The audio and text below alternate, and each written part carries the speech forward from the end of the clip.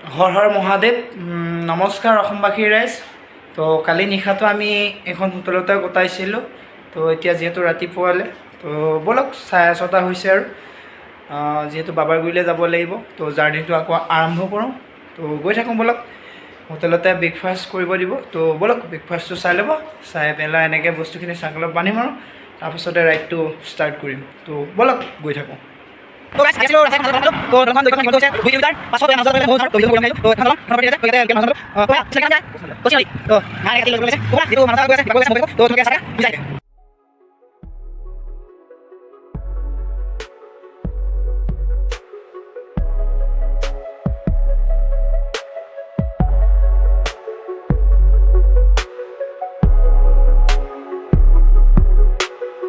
Guys ব্ৰেকফাষ্টটো কৰি লওঁ। এয়া আলু পৰঠা দিছে, তো এয়া দৈ, তো এয়া দীপাংকৰে কৰি আছে আৰু তো মানসদেৱে কৰি আছে, তো ময়ো কৰি লওঁ। তো তাৰপৰা আৰম্ভ কৰি আছোঁ বাহিৰৰ পৰা। ব'লক। হৰ হৰ মহাদেৱ। তো আমি এয়া ব্ৰেকফাষ্ট কৰি এনেকৈ ওলাই আহিছোঁ আৰু তো যিহেতু বৰষুণ দিলে ডাঙৰকৈ, তো এতিয়াও দিয়ে আছে কিন কিনকৈ, তো উপায় নাই, বৰষুণত তেতিয়া যাব লাগিব আৰু। তো এয়া আগত দীপাংকৰ গৈ আছে, তো মোৰ পাছতে মানস দা। হৰ হৰ মহাদেৱ। তো ব'লা আগবাঢ়ি গৈ থাকোঁ। তো যিহেতু 10টা বাজিলে, 6টা বজাতে ওলালোঁ, তো বৰষুণে বহুত ডিষ্টাৰ্ব কৰিলে। বৰ্তমান এতিয়া আমি বিহাৰতে আছোঁ আৰু তো যিহেতু বিহাৰত আৰু 2দিনমান লাগি যাব পাৰে, তো ব'লা আগবাঢ়ি গৈ থাকোঁ। তো তোমালোকে চাই থাকা। জয়াই অসম। তো আমি আহি আছোঁ। তো মোৰ মানে 500 মিটাৰ আঁতৰত এনেকৈ মানস দা গৈ আছে, বেকত দীপাংকৰ আহি আছে। তো বেকত দীপাংকৰ 200 মিটাৰমানৰ আগত আছে, মই মাজতে আছোঁ আৰু। তো মোৰ কথা এটা সকলোকে জনাবলৈ আছিলে, যিহেতু ফাৰ্ষ্ট টাইম ইউটিউবত এনেকৈ ভিডিঅ' বনাই আপলোড কৰিছোঁ, তো ইয়াত মানে ভুল হ'ব পাৰে, হয়তো কথা বতৰাৰ পৰা ধৰি নাজানিবও পাৰোঁ, কিছুমান কথা ক'ব মেলিব। তো সকলোখিনি শুধৰাই ল'বা, নিজৰ বন্ধু বা নিজৰ ভাইটি বা নিজৰ দাদা, এনেকৈ নিজৰ সন্তান বুলি, তো সকলোৱে শুধৰাই ল'বা। তো মোৰ ফালৰ পৰা সেইটোৱে ক'বলগীয়া আছিলে, কৈছোঁ আৰু। তো কোৱা খাতিকে বেয়া নাপাবা আৰু। তো ব'লা আগবাঢ়ি গৈ থাকোঁ। তো দিনটোনো কিমান আগবাঢ়িব পাৰোঁ চাই থাকিবা তোমালোকে। তো গৈ থাকোঁ ব'লা। যিহেতু আজি বতৰটোও ভাল, এনেকুৱা বতৰত চাইকেল চলোৱা মজাই বেলেগ। অলপ ঠাণ্ডা পৰি থাকিলে মানে চাইকেল চলালে গৰম উঠেতো। তো আগবাঢ়ি গৈ থাকোঁ ব'লা।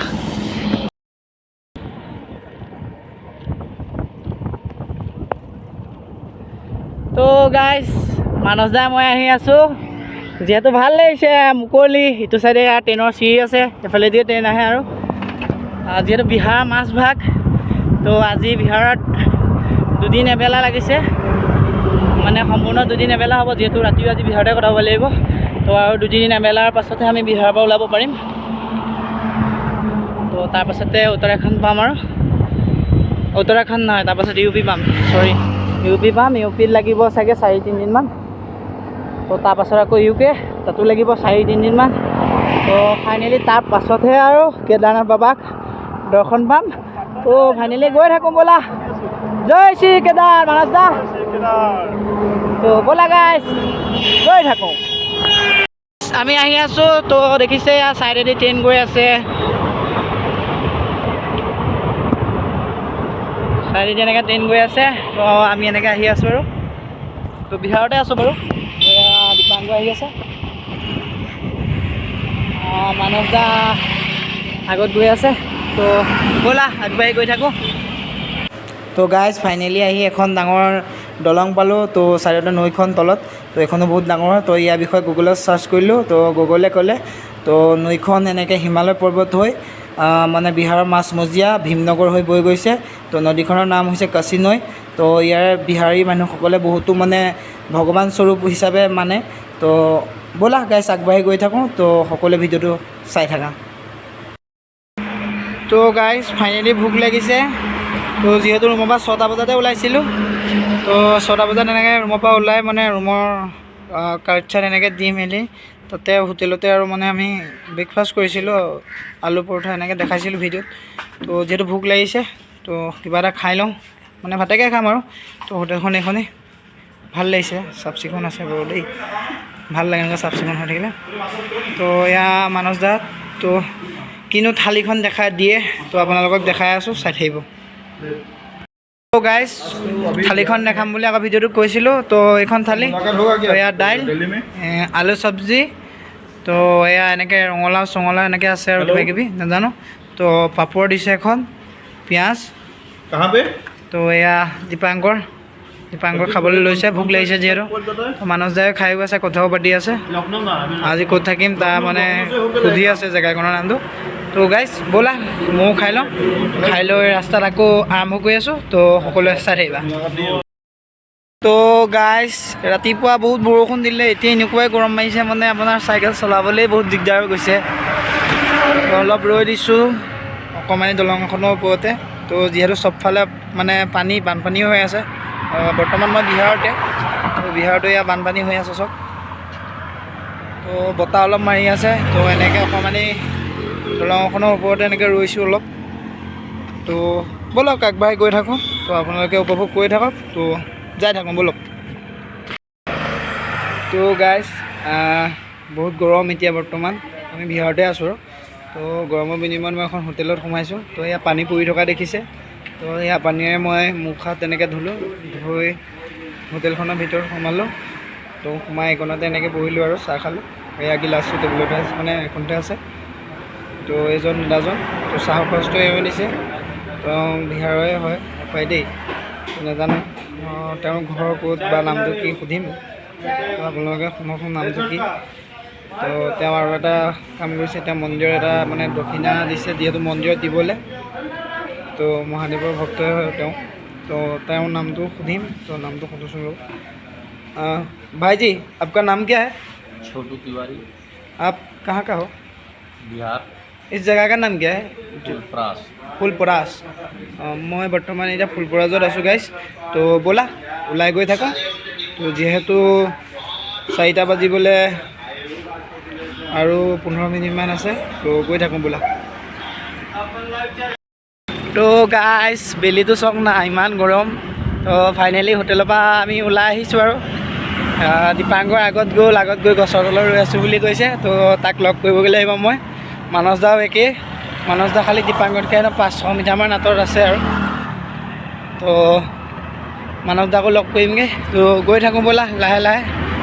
তো এটা কথা মানে ক'বলৈ থাকি গ'ল। তো বিহাৰৰ মানুহখিনি মানে আমাৰ বহুতে কোৱা শুনো, বিহাৰৰ মানুহখিনি বেয়া, মানে বিহাৰখন বেয়া হয়, বহুত সাৱধানে নিশ্চয় থাকিব লাগে। সেইটো নিজৰ দায়িত্ব বা কৰ্তব্যই, নিজে সাৱধানে থকাটো। তো নিজ ভালে জগত ভাল, নিজে যদি ভালে থাকে কোনো মানে একো কৰিব নোৱাৰে। তো সেইটোৱে, ব'লা আগবাঢ়ি গৈ থাকোঁ। তো যিহেতু ৰ'দটোও বেছি, গৈ থাকোঁ ব'লা, চাই থাকা তোমালোকে। জয় শ্ৰী কেদাৰ। তো মই চাহ খাইছিলোঁ, দেখাইছিলোঁৱে আগৰ ভিডিঅ'টোত। তো যিহেতু কৈছিলোঁ আধা ৰাস্তাত মানে মাঘি আগলৈ ৰৈ আছে, অলপ গছৰ তলত ৰৈ আছিলে। তো ফাইনেলি লগ পালোঁ আৰু লগ পাই আহি আছোঁ দীপাংকৰ ৰূপে বৰ্তা। তো দেখিছেই 6টা বাজিবলৈ 15 মিনিট আছে। তো বহুত দূৰত দি আছে আজি, একো ৰ'দ মানে মালিমলৈ হোৱা নাই আৰু। তো অকণমান ৰ'বলগীয়া হৈছে, যিহেতু গৰমটো বেছি যে, সেইটো খাতিকে দিগদাৰ। মানে ফুপনিটো উঠে, গৰমটো বেছি হ'লে ঘাম নিবলগীয়া হয়, সেইটো খাতিকে অলপ দিগদাৰ হয়। তো বাকী ৰ'দটো প্ৰব্লেম নাই, গৰমটো যদি নহ'লেহেঁতেন ৰ'দত গুচি যাব পৰা হয়। যিহেতু ববাগুৰিলৈ গ'লে চব ৰ'দ বৰষুণ একাকাৰ কৰি যাব লাগিব, কিন্তু সৰগলৈ আহিলে ৰাস্তাত বাধা বিঘিনি ধেৰ পায়। তো সেইখিনি ভাবিলে নহ'ব। তো ব'লা গৈ থাকোঁ। বৰ্তাই আগে গৈ আছে। বৰ্তাই পূৰা ৰেপকৈ চলায়, লাহে লাহে। বৰ্তা পূৰা টেঙৰ মানে, ভৰি চৰি নিবিষায় বৰ্তা, সেইকাৰণে। মোৰ নাই বাৰু দেই, প্ৰথমতে বিষাইছিলে দুদিনমান, এতিয়া পঢ়ি বিষ নাই আৰু। তো মানস দা ৰৈ আছে হোটেল এখনত।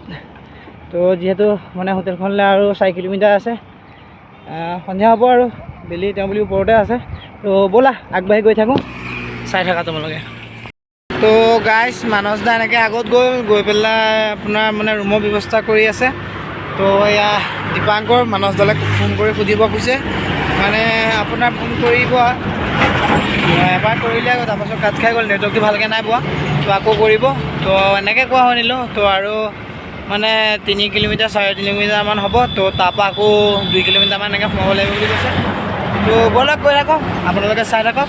তো ৰাতিনো ক'তনো কটাম সেই তাকো দেখাম। তো যাওঁ ব'লক গৈ থাকোঁ জয়া এখন তো ফাইনেলি আহি পেলাই মানস দাক লগ পাইছোঁ তো এইখিনি মানস দা ফেচবুক ফ্ৰেণ্ড হোৱাৰ পাই তো লগ কৰি আছে দোস্ত তাৰপিছত মানস দা এনেকৈ কৈছে লগৰ হয় বুলি কৈছে তো এয়া দীপাংকৰ এই অনলাইন পে' কৰি দিছে তো মই ঠাণ্ডা এটা খাইছোঁ যিহেতু বহুত গৰম ঠাণ্ডাটো খালে অলপ ভাল লাগে গৰমত আৰু বিশেষকৈ মই ঠাণ্ডা খাই ভাল পাওঁ থাম্ছ আপ খাই ভাল লাগে তো গাইজ ব'লা গৈ থাকোঁ